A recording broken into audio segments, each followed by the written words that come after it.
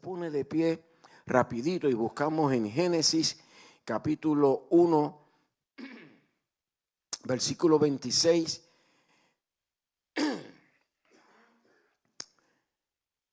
Y después capítulo 2, versículo 7 y versículo 16. Y dice la palabra: en el nombre del Padre, del Hijo y del Espíritu Santo. Dice así: entonces dijo Dios, hagamos al hombre a nuestra imagen, conforme a nuestra semejanza, y señoree en los peces del mar, y en las aves de los cielos, en las bestias y en toda la tierra, y en todo animal que se arrastra sobre la tierra. Y dice el versículo 7 del capítulo 2. Entonces Jehová Dios formó al hombre del polvo de la tierra y sopló en su nariz aliento de vida, y fue el hombre un ser viviente. Y dice el versículo 16: y mandó Jehová Dios al hombre diciendo: de todo árbol del huerto podrás comer, mas del árbol de la ciencia del bien y del mal no comerás, porque el día que de él comieres, ciertamente morirás. Señor, estamos aquí para hablar de tu palabra. Y te damos gracias por el privilegio inmerecido que tú nos concedes de estar en este púlpito. Señor, pero nuestra confianza está en ti, Espíritu Santo. Trae palabra a nuestro corazón primero. Y a la audiencia que está aquí, Señor, y a los que nos están viendo a través de las redes sociales. Que tu palabra cumpla el propósito de lo que tú quieres hablarnos en esta preciosa mañana. Gracias te damos por tu misericordia. Y nuestra confianza está en ti.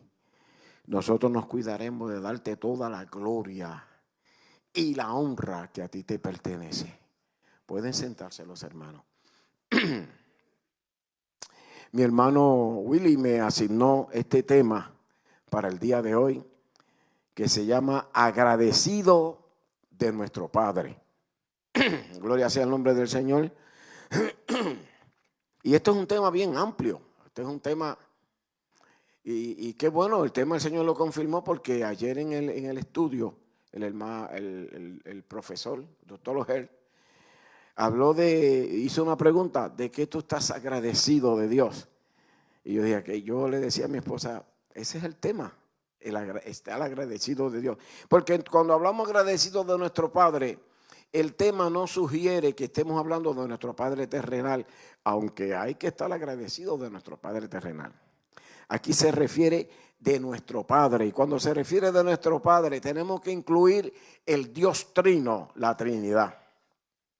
Y yo quisiera empezar, bendito sea el nombre del Señor, esta plática, esta reflexión con una ilustración de un hombre que no sabemos, es una ilustración, pero creo que puede ser cierto, de un caballero que se convierte, un hombre pecador que se convierte a Cristo y se convierte en una iglesia bautista. Usted sabe que hay iglesias bautistas que son iglesias de Dios, Líbrenos el Señor juzgar a nuestros hermanos bautistas, pero son personas que adoran a Dios en el silbido apacible. Y usted sabe que Dios se mueve en el trueno, en el fuego, pero en el silbido apacible. Elías era un hombre de poder, de unción, de ver la gloria de Dios, de tener la experiencia de que Dios mandaba fuego, lluvia, pero cuando estaba huyendo de Jezabel, dice que no podía encontrar donde él estaba, en el monte de Dios, no podía percibir la presencia de Dios. Dice que hubo un terremoto y él salió y dice, allí no estaba Jehová, pero dice que vino un silbido apacible, dice, y cuando el Señor dice, y postró su rostro en tierra, ahí estaba el Señor. Y este hombre se convirtió, Dios hizo una maravilla en él. Y el del primer día cuando fue a la iglesia, que el pastor estaba predicando, ese hombre empezó a decir amén, aleluya, gloria a Dios. Y ya ustedes saben, todo el mundo lo miró. ¿Quién es el que está gritando por ahí? Y el pastor lo miró. Y cada vez que el pastor en su mensaje alababa a Dios y hablaba de las grandezas de Dios, de la misericordia de Dios, del poder de Dios, él, gloria a Dios. Y entonces el pastor, eso lo tenía un poquito preocupado porque no era su costumbre.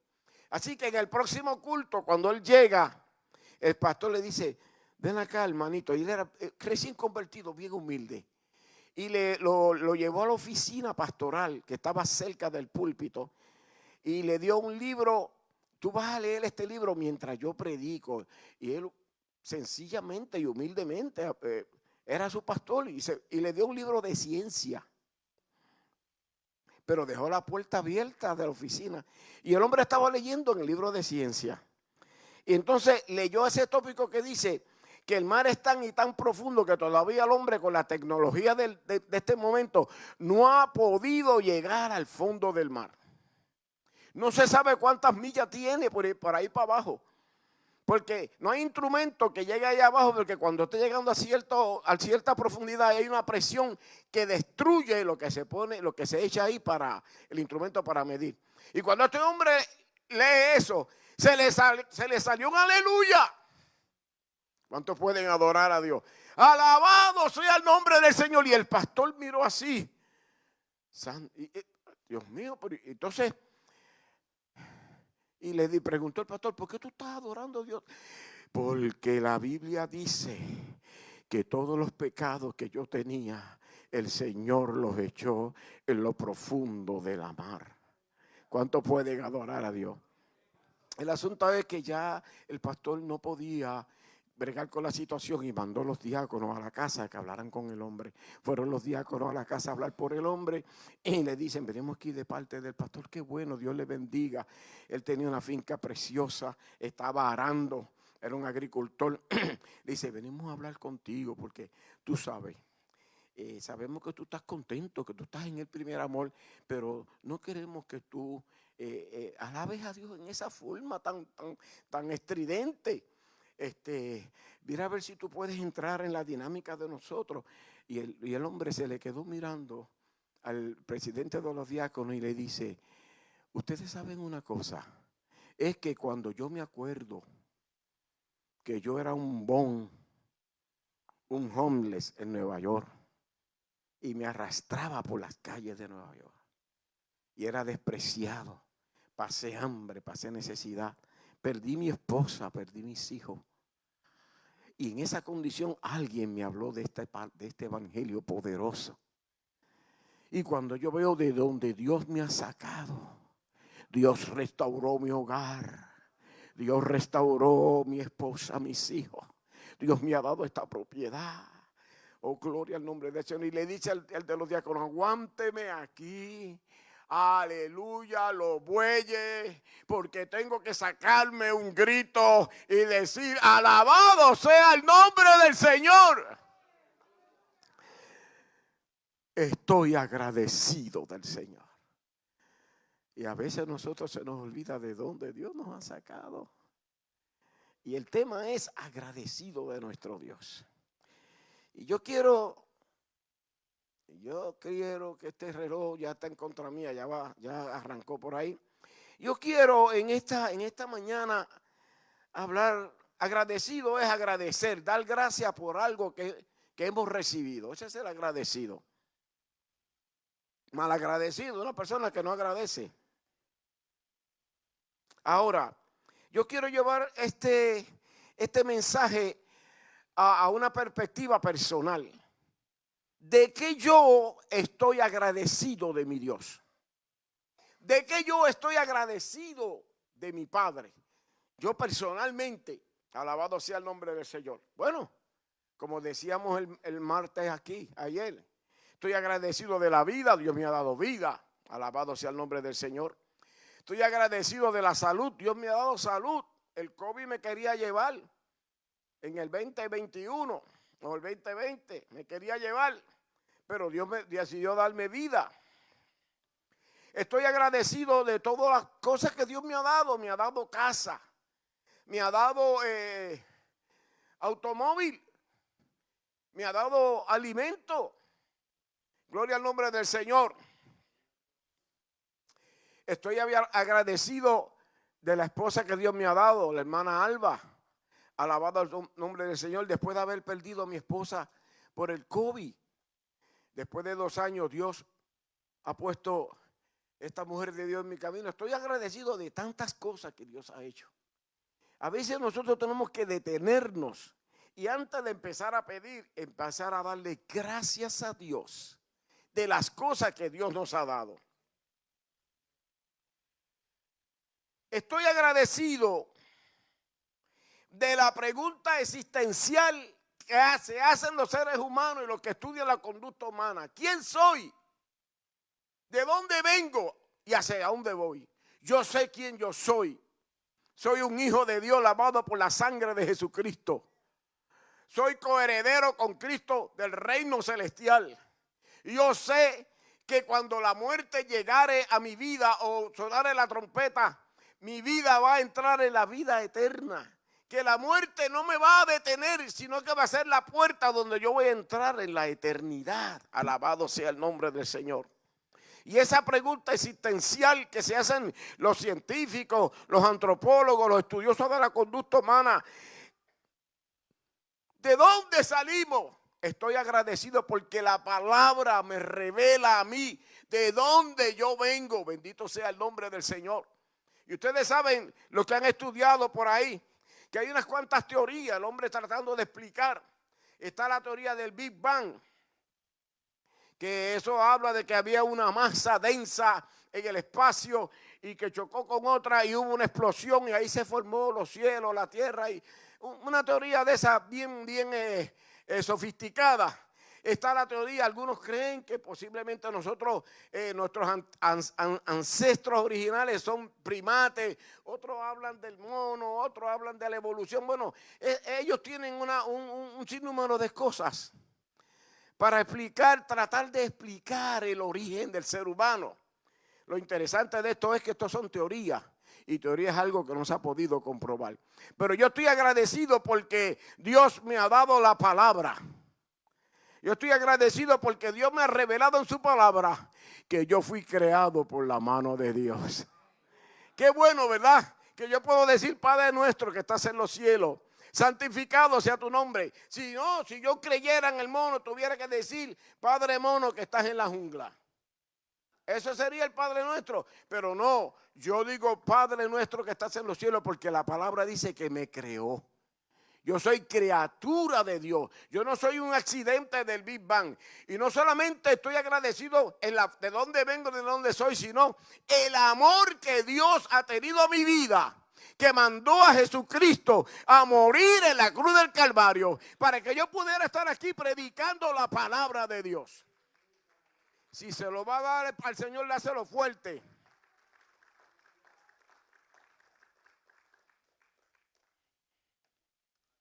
Alabado sea el nombre del Señor.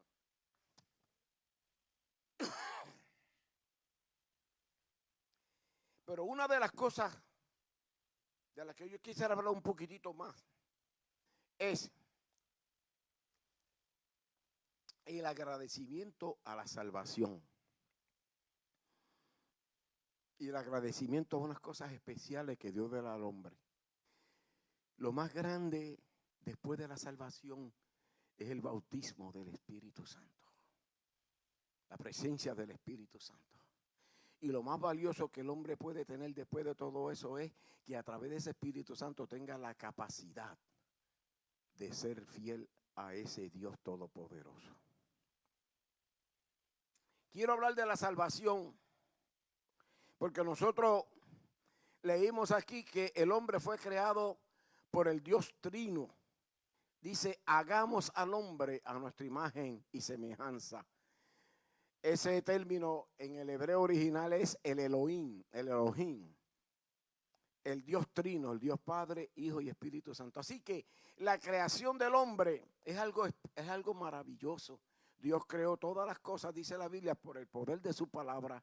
Creó los ángeles, los arcángeles, los serafines, querubines, el cielo, la tierra, los sistemas solares, las constelaciones, las galaxias, por el poder de su palabra. Dijo, sea la luz, y fue la luz, y creó todo. Pero cuando fue a crear al hombre, no lo hizo por el poder de su palabra.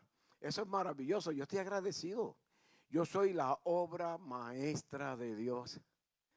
Dios no se ensució las manos con lodo para crear los ángeles ni la tierra, pero Dios decidió ensuciarse las manos con lodo y dice que hizo un muñeco y sopló sobre él y fue alma viviente. ¿Cuánto pueden adorar a Dios por eso?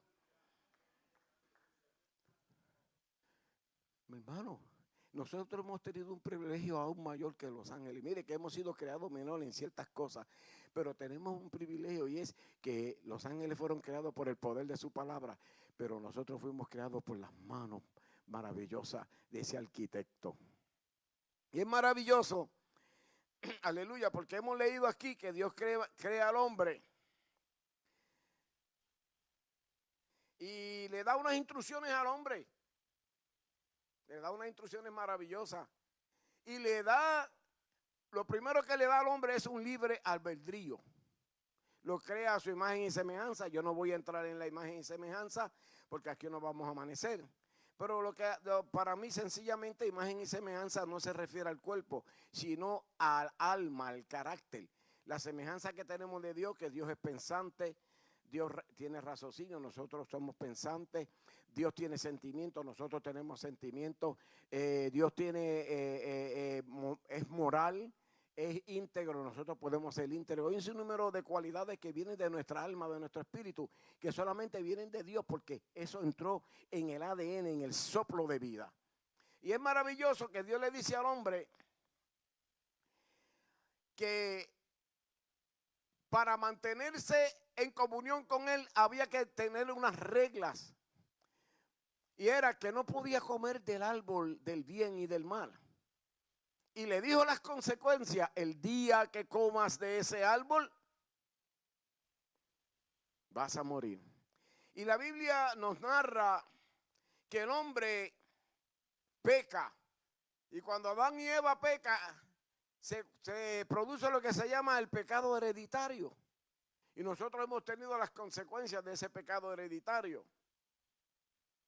Así que el hombre peca, bendito sea el nombre del Señor, y comete el error de comer del árbol de la vida.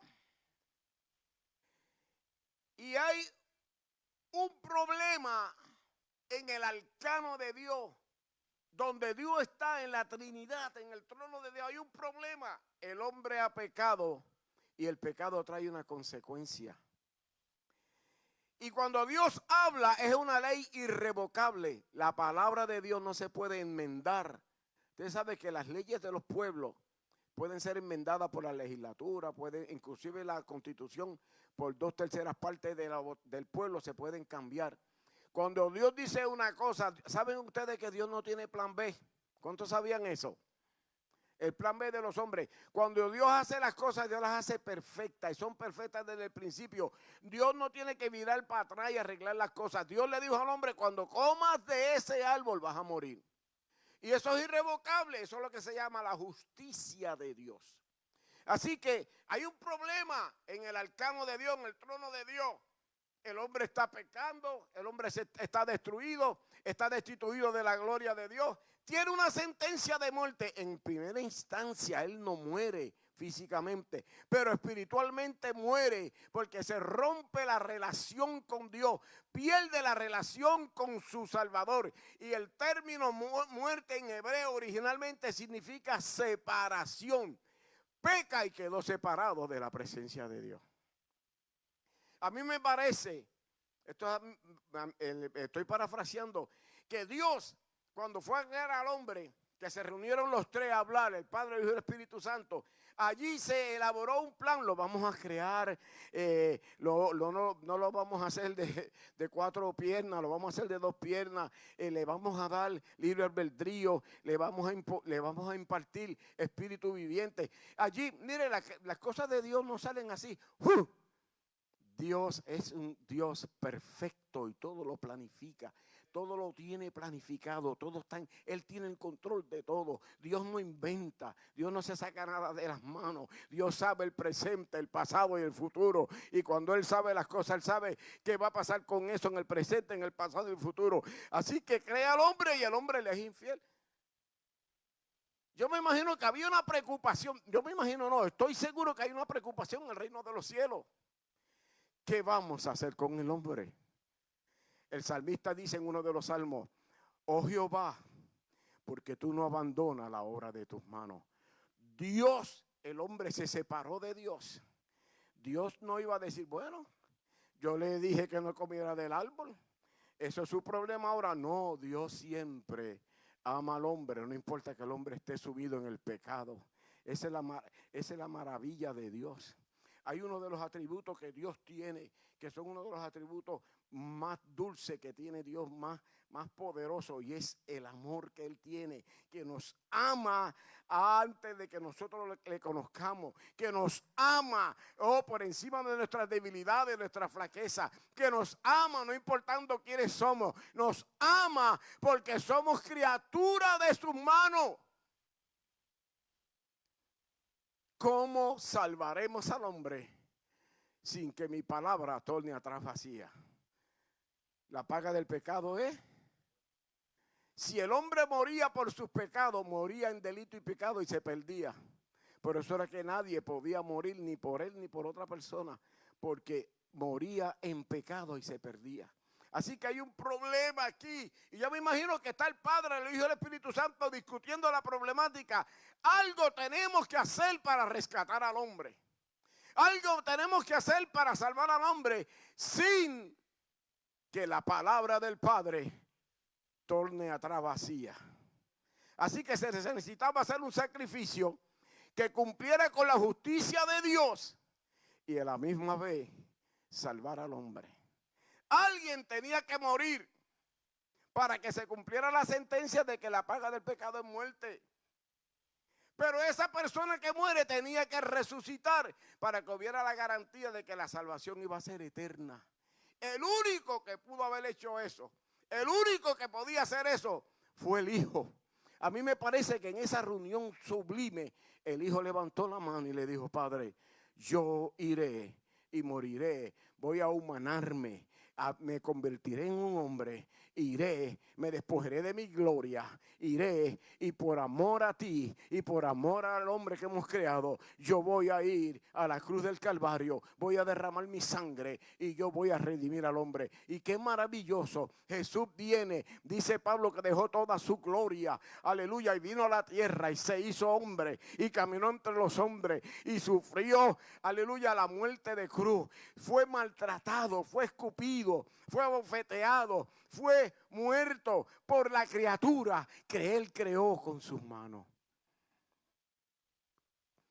¿Cuántos se atreven? Dale un aplauso a Dios por esa cosa tan poderosa.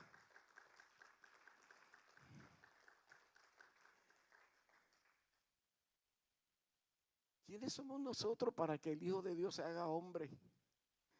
Yo no me siento digno de ese sacrificio. Mire, Dios está rodeado de millones de ángeles, arcángeles, serafines y querubines que le adoran. Dios no tenía que llegar a tanto. Nosotros somos criaturas creadas menor que los ángeles, pero qué maravilloso es el amor de Dios. Dios decide que no va a abandonar la obra de su mano. Y yo tengo que agradecer, aleluya, a Dios a mi Padre en esta mañana, que en ese concepto, en ese amor, en ese plan de salvación, me incluyó, no me abandonó. Por la sangre de su Hijo me rescató y me hizo una nueva criatura. Oh, gloria sea el nombre del Señor.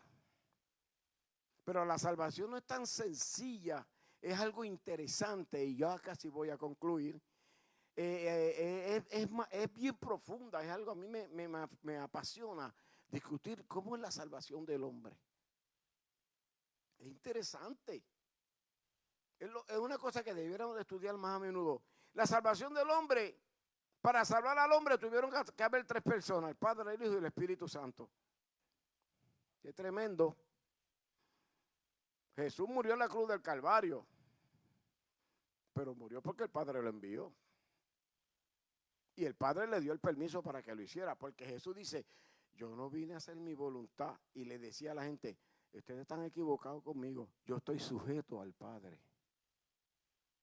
Porque yo quiero decirte que en la Trinidad hay una jerarquía y hay una cadena de mando. El Padre en el Antiguo Testamento tiene unas funciones poderosas. Jesús en el Nuevo Testamento tiene unas funciones poderosas. El Espíritu Santo en la última dispensación que está ahora preparando la iglesia, la novia del Señor, tiene un trabajo poderoso. Todos tienen trabajos completamente diferentes con el mismo propósito de que se establezca el reino de Dios y con el mismo propósito de que el hombre sea salvo.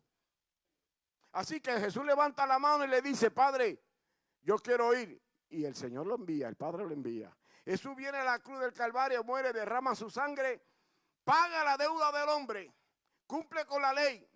La paga del pecado es muerte, pues yo muero. Resucita y por la sangre de Cristo nuestros pecados son perdonados. Pero no es tan sencillo. Si yo le digo esto a una persona, a un intelectual, me dice, porque yo me he encontrado con intelectuales, y tú crees en la Biblia y tú crees en ese cuento de que nació un hombre hace y que 2000 años. No hay un retrato de él ni acta de nacimiento. No hay evidencia en la historia. Y que tuvo 33 años y que se murió y que a los 3 días resucitó. Y que por eso tú eres salvo. ¿Tú crees en eso? ¿Sabe por qué esa gente no cree? Porque no abren su corazón. ¿Sabe por qué nosotros creímos en eso? Porque cuando nosotros escuchamos la palabra es enviada a través del mensaje. Y dice la Biblia que el Espíritu Santo coge esa palabra. Y la teología enseña que el Espíritu Santo pone lo que se llama la fe salvadora en la persona.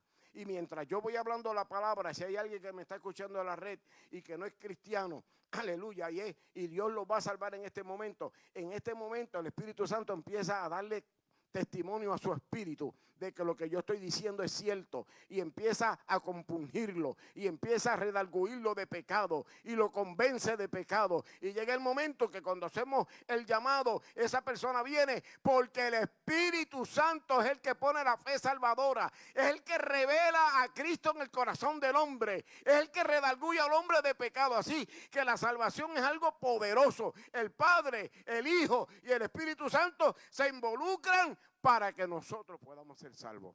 ¿No es eso maravilloso? Y cuando somos redarguidos por el Espíritu Santo, Él nos lleva a la cruz, nos lava con su sangre. Dice la Biblia que el Padre entonces nos vuelve a aceptar como sus hijos. Eso es lo que se llama en teología la adopción. Somos nuevamente recuperados, somos nuevamente hechos hijos de Dios, porque los que creyeron en Él le dio la potestad de ser llamados y hechos hijos de Dios.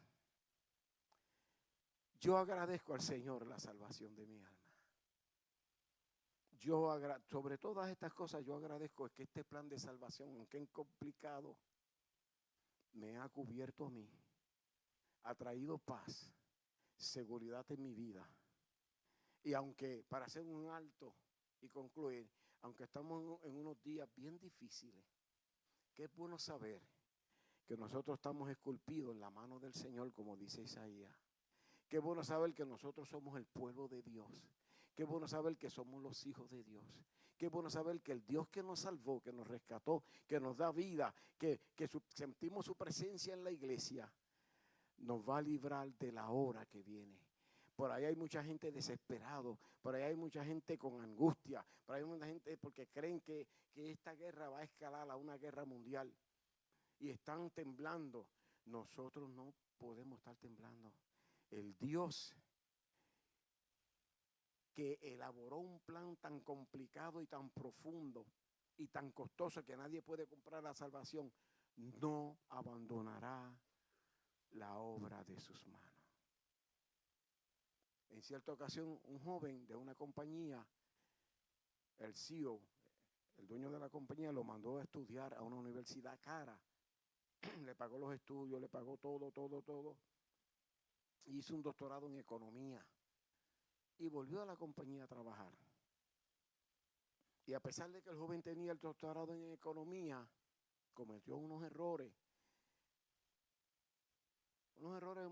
fuertes, no de malversación, sino que decisiones. Y entonces el dueño de la compañía lo mandó a buscar. Y él fue donde el jefe, donde el dueño, con la cabeza baja, y le dice: me van a despedir, porque yo sé que la decisión que tomé no debía haberla tomado. Y el dueño se le quedó mirando y le dijo: despedirte yo a ti. Después que hemos invertido tantos miles de dólares en tus estudios. No, yo no te puedo despedir. Yo invertí mucho en ti. Tú vas a seguir madurando. Tú te quedas con nosotros. Usted sabe lo que Dios invirtió por nosotros. La sangre de Cristo. La inversión de Dios por la salvación de nosotros es grandísima. Dios no nos va a abandonar. Inclusive, a veces cuando le fallamos, Dios extiende su mano. La sangre de Cristo no es tan liviana que no pueda levantarte. El único pecado que la sangre de Cristo no puede cubrir es la blasfema del Espíritu Santo. Yo no sé a quién yo le estoy hablando en la red, porque hay gente dentro de las iglesias que por alguna razón u otra cometen debilidades y flaquezas y cometen pecado. Y el enemigo le dice: ya estás destituido de la gracia de Dios, estás perdido. No, la Biblia dice que si el justo cayere, aún 7 veces será levantado. La Biblia dice que el brazo de Jehová no se ha cortado para levantar al caído. Doy gracias a Dios por la salvación de mi alma y el perdón de mis pecados. Por esa gracia, aleluya, que no puedo comprender, por ese Dios maravilloso, y alabo ese Dios santo trino, por ese Dios inmanente, por ese Dios que no lo puedo entender, que tiene unos atributos terribles, que es puro, que es un Dios infranqueable, insondiable. No, yo no me voy a romper la cabeza. Pero hay algo bien importante. No podemos entender esa teología tan profunda, pero podemos experimentar el amor de Dios y la misericordia de Dios. Y queremos ser agradecidos del Señor. Así que hemos cumplido con el tema, dando gracias al Señor. Yo no sé si a usted le gustaría ponerse de pie.